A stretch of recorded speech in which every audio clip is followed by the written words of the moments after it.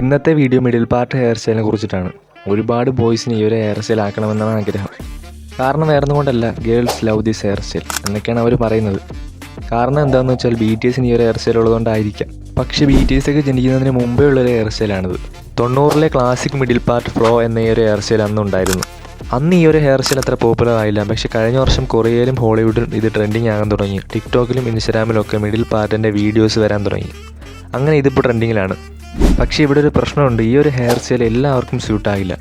കാരണം ഫേസ് ഷേപ്പാണ്. Middle part work ആകുന്നത് ഡയമണ്ട് ഫേസ് ഷേപ്പ് ഉള്ളവർക്കായിരിക്കും.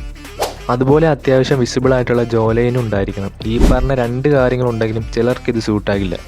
കാരണം ഹെയർ ടെക്സ്ചറാണ്. ഹെയർ ടെക്സ്ചർ എപ്പോഴും സ്ട്രെയിറ്റ് ആയിരിക്കണം. അതുപോലെ മിഡിൽ പാർട്ട് 3 തരത്തിലാണുള്ളത്: textured middle part, modern middle part, classic middle part. Textured middle part എന്നുള്ളത് മുടി 2 സൈഡിലേക്കും ഒരുപോലെ ഇട്ടതിന് ശേഷം ഹീറ്റ് ചെയ്ത് സെറ്റ് ചെയ്യാവുന്നതാണ്.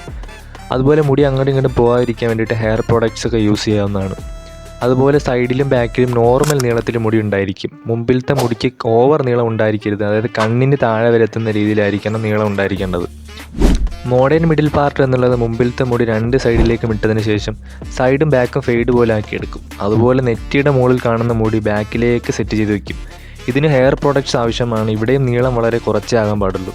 ക്ലാസിക് മിഡിൽ പാർട്ട് എന്നുള്ളത് 90-ലെ മിഡിൽ പാർട്ട് ഹെയർ സ്റ്റൈലാണ്. ഇതിന് ഹെയർ പ്രോഡക്ട്സിനൊന്നും ആവശ്യമില്ല. പക്ഷേ മുടിയുടെ ടെക്സ്ചർ വളരെ സ്മൂത്ത് ആയിരിക്കണം.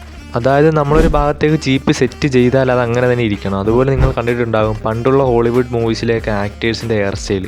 അവരെപ്പോഴും കൈകൊണ്ട് മുടിയിലൊക്കെ പിടിക്കും. പക്ഷേ എന്നിട്ട് മുടി ഒരു ഭാഗത്തേക്ക് തന്നെ സെറ്റ് ആയിരിക്കുന്നത് കാണാം. വളരെ നല്ല ടെക്സ്ചർ ആയതുകൊണ്ടാണ് അങ്ങനെ കാണുന്നത്. ഇതിൻ്റെ നീളം നോക്കുകയാണെങ്കിൽ ഒരു ആവറേജ് നീളമേ ഇതിനും വരുന്നുള്ളൂ.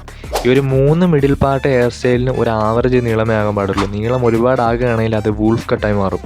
അപ്പോൾ ഇതിൻ്റെ ട്യൂട്ടോറിയൽ എങ്ങനെയാണെന്ന് നോക്കാം. ഇത് നമുക്ക് 2 രീതിയിൽ ചെയ്യാൻ സാധിക്കും. ആദ്യത്തെ നിങ്ങൾ മുടി നല്ലത് നനച്ചതിന് ശേഷം മുഴുവനായും ബാക്കിലേക്ക് ചീപ്പി സെറ്റാക്കി വയ്ക്കുക. അതിനുശേഷം ഒരു ബോ യൂസ് ചെയ്ത് മുകൾ ഭാഗം കറക്റ്റ് ചെയ്യുക. അതിനുശേഷം സൈഡിലെ 2 ഭാഗത്തെയും മുടി താഴേക്ക് ഇട്ടതിന് ശേഷം ഹീറ്റർ യൂസ് ചെയ്ത് ചീപ്പി കൊണ്ടുവരിക. എന്നിട്ട് ബോ മാറ്റിയ ശേഷം ഹെയർ പ്രൊഡക്ട്സ് കാര്യങ്ങളൊക്കെ യൂസ് ചെയ്യാവുന്നതാണ്. അതുപോലെ രണ്ടാമത്തേത് സൈഡിലെ മുടിയെല്ലാം ചീപ്പി സെറ്റാക്കിയ ശേഷം മുമ്പിലത്തെ മുടി 2 സൈഡിലേക്കും സെറ്റ് ചെയ്ത് വയ്ക്കുക. അതിനുശേഷം കൈകൊണ്ട് തന്നെ വളച്ച് മസാജ് ചെയ്യുന്നതോടൊപ്പം ഹീറ്റർ യൂസ് ചെയ്ത് കറക്റ്റ് ചെയ്യാവുന്നതാണ്.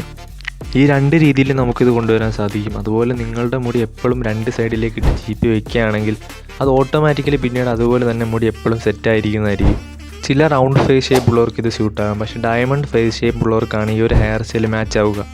അതുപോലെ അത്യാവശ്യം ജോലൈൻ വിസിബിലിറ്റി ഉണ്ടായിരിക്കണം. നിങ്ങളുടെ ഫേസ് ഷേപ്പ് ഏതാണെന്ന് കണ്ടെത്തിയതിന് ശേഷം ഈ 3 മിഡിൽ പാർട്ട് ഹെയർ സ്റ്റൈൽ ഏതെങ്കിലും നിങ്ങൾക്ക് സ്യൂട്ടാണെങ്കിൽ നിങ്ങൾ ട്രൈ ചെയ്യാവുന്നതാണ്.